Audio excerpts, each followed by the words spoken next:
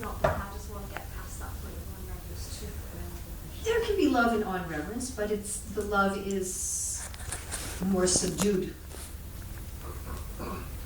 So the residents of Vaikuntha certainly have love for Lord Narayan. It's not that they don't have love for Lord. But they also have some attachment for their own position of opulence. And part of their reason for loving the Lord is the Lord's opulence.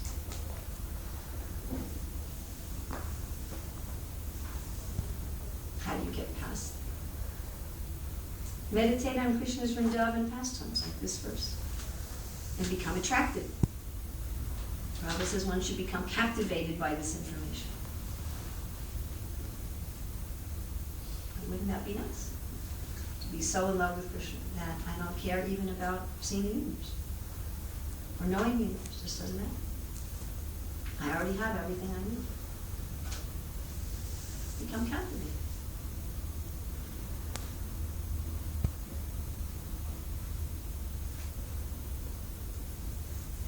Now the cows are, generally the cows are very attached to their calves.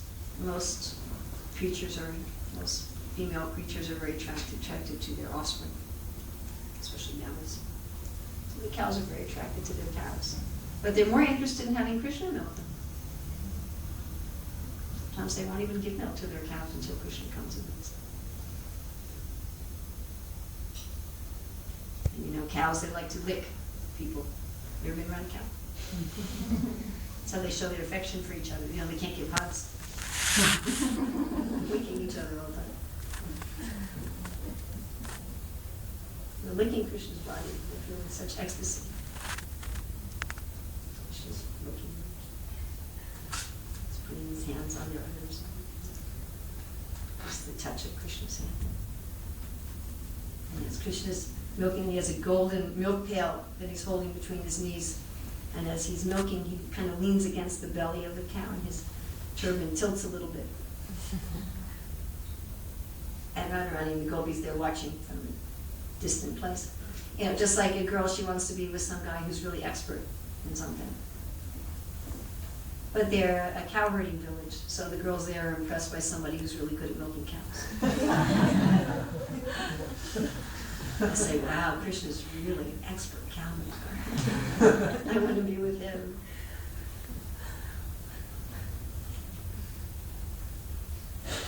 Become captivated. To become captivated, of course, that means you have to hear. And for one of the first books Prabhupada gave us was a Krishna book. Very, very early in the movement, Prabhupada gave us Krishna book. And become captivated.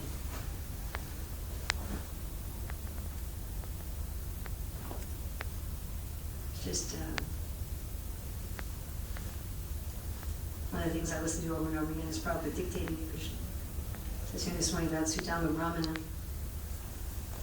and how he's just completely in poverty. I mean, he's really in poverty.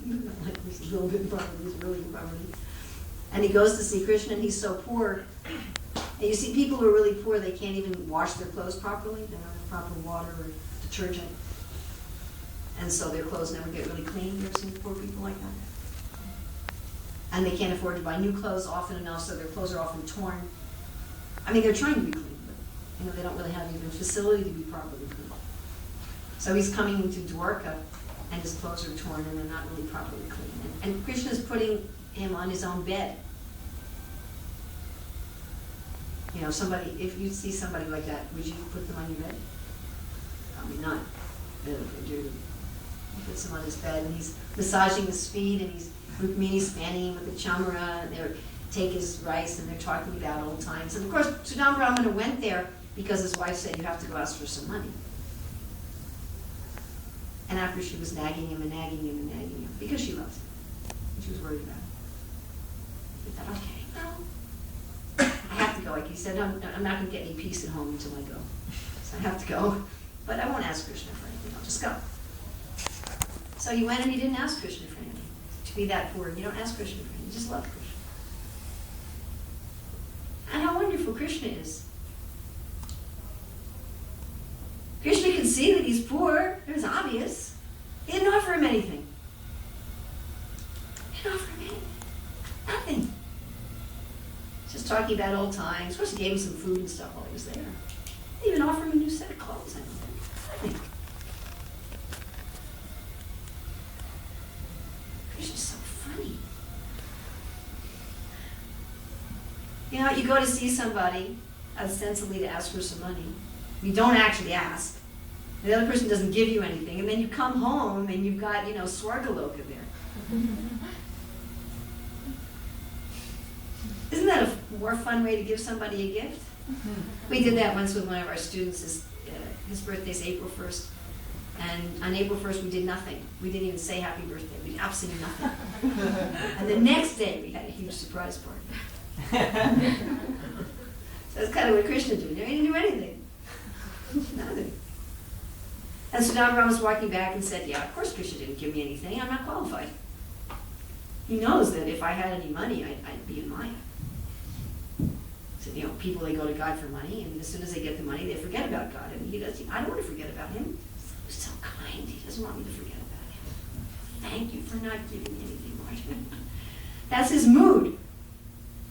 And he kept thinking, all these nice things Krishna did for me, he was all interpreting them as just that Krishna is attached to Brahminical culture.